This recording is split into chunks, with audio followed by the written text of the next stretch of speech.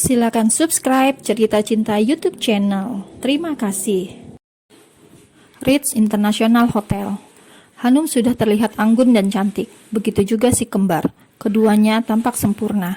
Ini adalah kali pertama Hanum membawa si kembar ke muka publik. Karena ini permintaan kakek Mahindra. Sedangkan Gadi, pria itu masih tetap sama.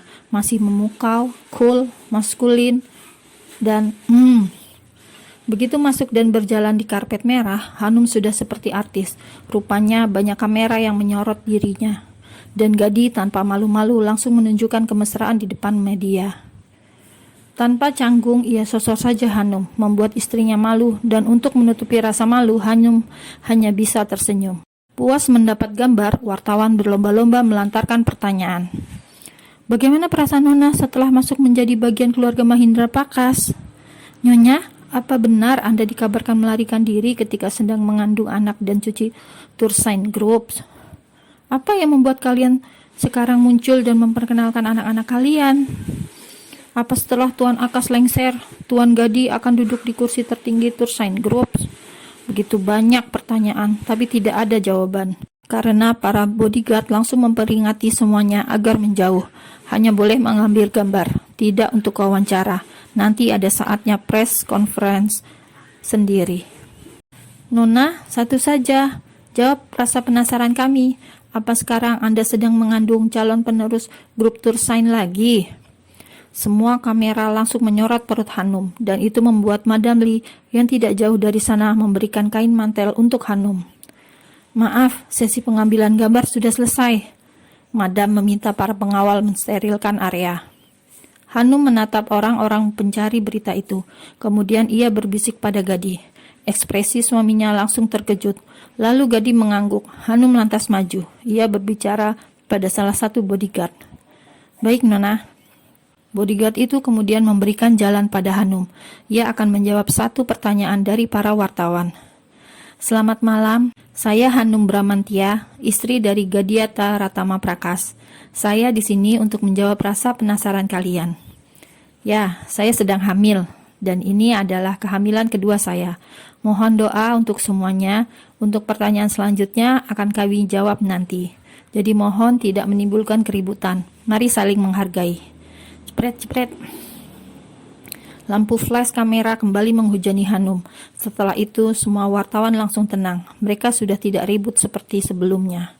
Hanum pun berjalan meninggalkan karpet merah yang terbentang, sembari lengannya melingkar di lengan suaminya. Kamu berhasil membuat kami terkejut, bisik Gadi. Masa? Pasti kamu sudah menyadari. Lihat, aku bahkan tidak bisa menyembunyikan perut ini. Hanum terkekeh, dan Gadi langsung merangkul pundaknya. Setelah Hanum meninggalkan para wartawan yang terus menyoroti dirinya, kini mereka semua memasuki ruangan yang luas, megah dan penuh penerangan dari cahaya lampu yang seperti siang hari. Hanum dan Gadi kemudian menggendong anak mereka masing-masing dan menghampiri kakek Mahindra yang sudah duduk di meja bundar yang sudah disiapkan untuk keluarga inti. Ada Nyonya Geni, wanita itu duduk satu meja dengan kakek, tapi ekspresinya sangat dingin. Terlihat rasa kecewa dan marah pada Hanum dan Gadi.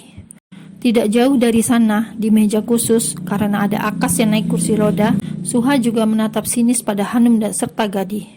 Ada rasa dendam dan sorot amarah yang belum tersalurkan.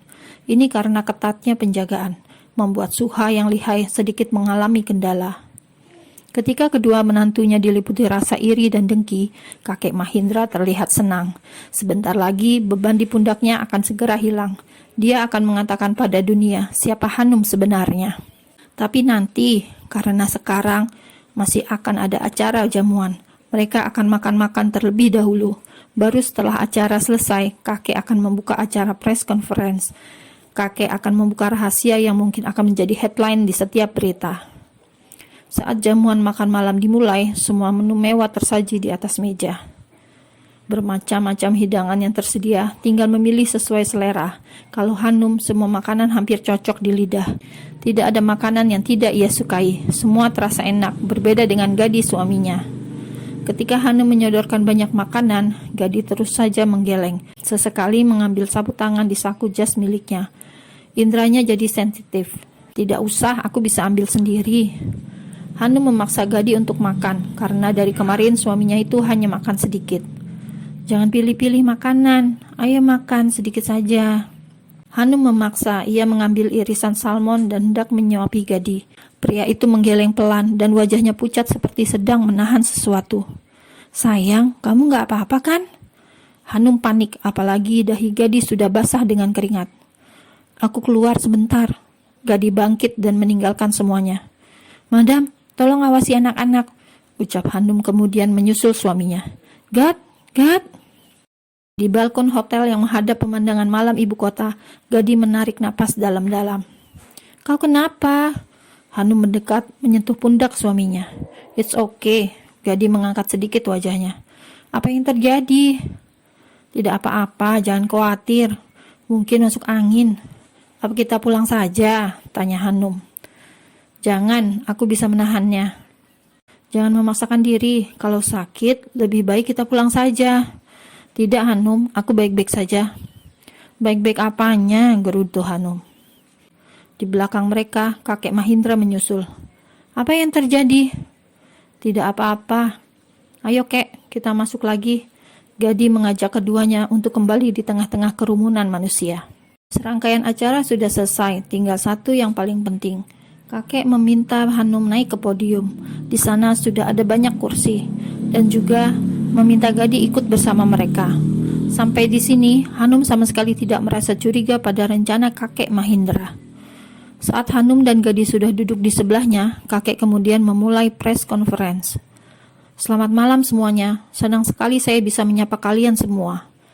Kakek Mahindra berhenti sejenak, kemudian menatap cicitnya yang sedang dalam penjagaan Madam Lee dan sekretaris Joe. Pria itu kemudian melanjutkan kata-katanya. Saya ada di sini malam ini sekaligus akan menyerahkan dan mengumumkan kedudukan tertinggi Tursign Groups yang selama ini saya bangun dengan segenap jiwa dan raga.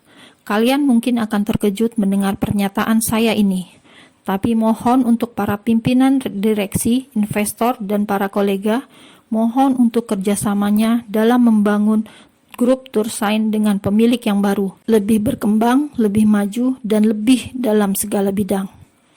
Gadi sudah percaya diri bahwa namanya yang akan disebut, tapi ketika kakek menatap Hanum dan mengulurkan tangan pada istrinya, Gadi merasa sesuatu yang tidak beres.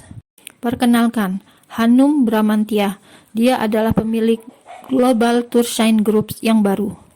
Kakek? Hanum gelisah. Ia kemudian menatap wajah suaminya. Bukan ini bukan mauku.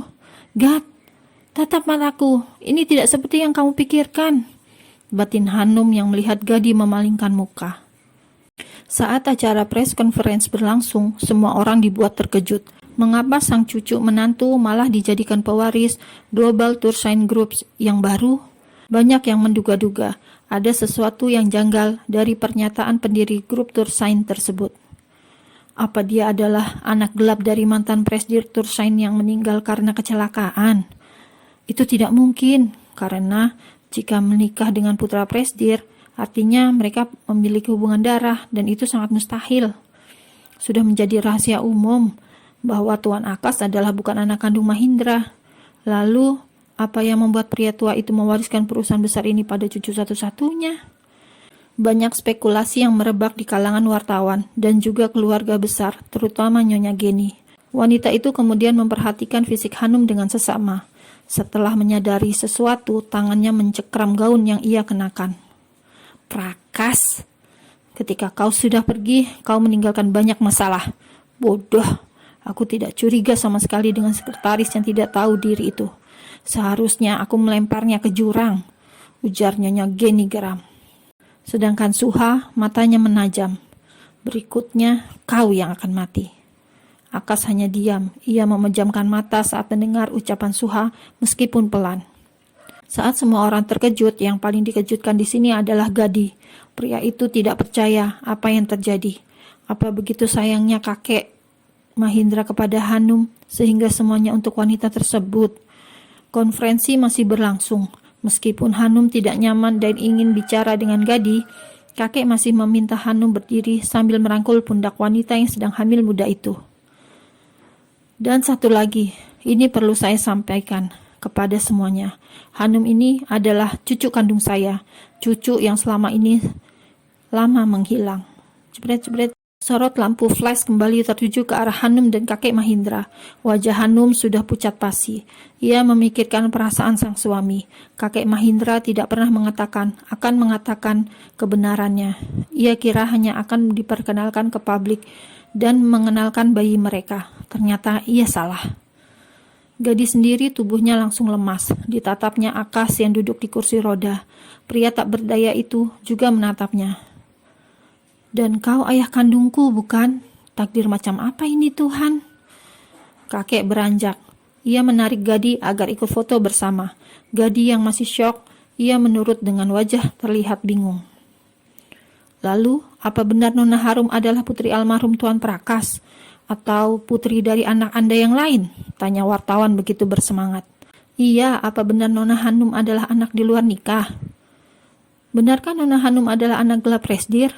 Wartawan semakin mendesak, membuat Gadi langsung menarik lengan istrinya. Maaf, saya rasa ini sudah cukup dari kami, sela Gadiata Pratama Prakas dengan tegas.